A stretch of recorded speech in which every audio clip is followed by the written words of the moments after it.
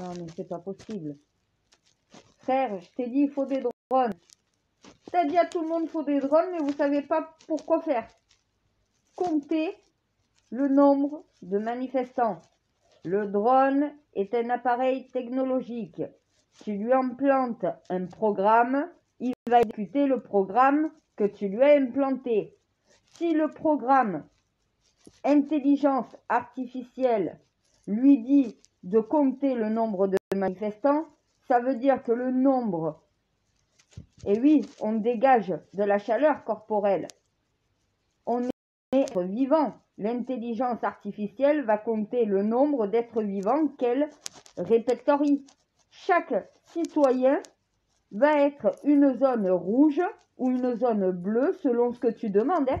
Ça veut dire que si tu demandes d'identifier un humain à l'intelligence artificielle, elle va te compter le nombre d'humains. S'il y a des chiens, ils vont être en bleu, les plantes vont être en bleu, tout ce qui n'est pas humain ne va pas être comptabilisé et l'intelligence artificielle va comptabiliser que les êtres humains par rapport à la chaleur corporelle d'un humain.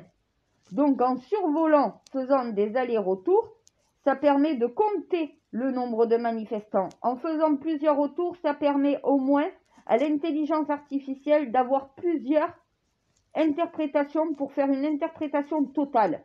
Ça veut dire que déjà, si vous implantez dans un drone une intelligence artificielle qui va identifier le corps de chacun des humains étant présents dans la manifestation, vous aurez un compte au plus proche de la réalité que ceux des syndicats, de la préfecture ou de la police ou de qui que ce soit.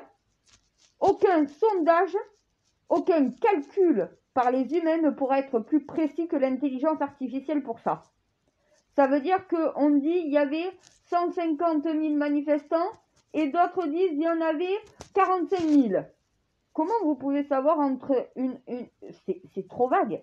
Si vous voulez savoir exactement le nombre de manifestants, il faut un drone qui survole à plusieurs reprises la manifestation pour comptabiliser le nombre de manifestants.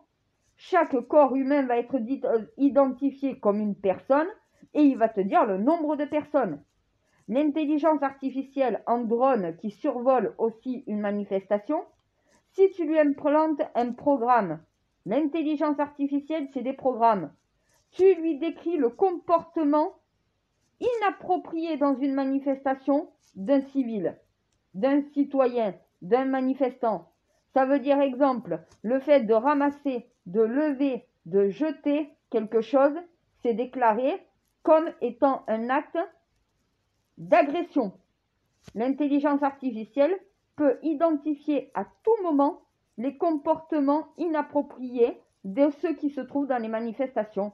L'intelligence artificielle va déclencher une alerte aux policiers sur le terrain, déclarant comme quoi des personnes soit se réunissent d'une façon qui est bizarre, donc voilà, donc à surveiller.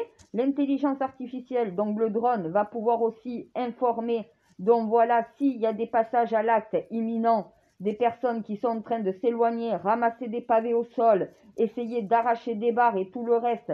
L'intelligence artificielle, elle prend en compte le terrain, les personnes qui se trouvent sur le terrain. Elle peut prendre en compte leur comportement et leurs agissements. Ça veut dire quelqu'un qui n'a pas un comportement d'agression ne va pas être déclaré comme quelqu'un d'agressif. L'intelligence artificielle va pouvoir déclarer quelqu'un d'agressif parce qu'on lui a implanté toutes les attitudes d'une personne agressive et dangereuse.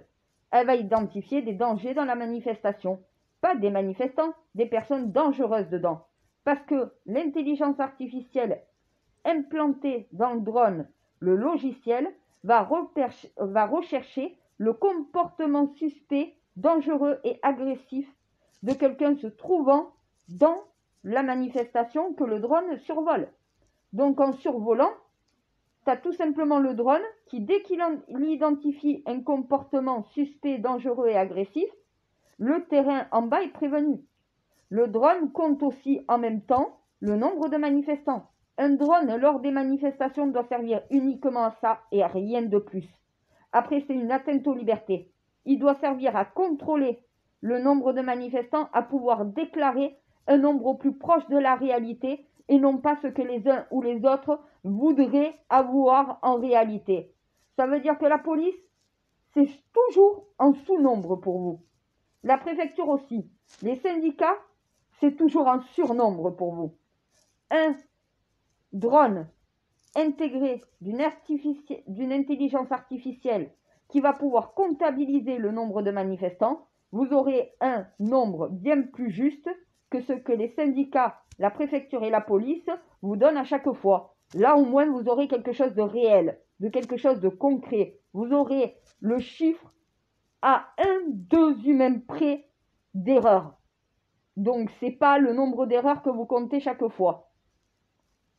Et le fait de passer de survoler une manifestation permet d'avoir une vue aérienne des comportements inappropriés des personnes.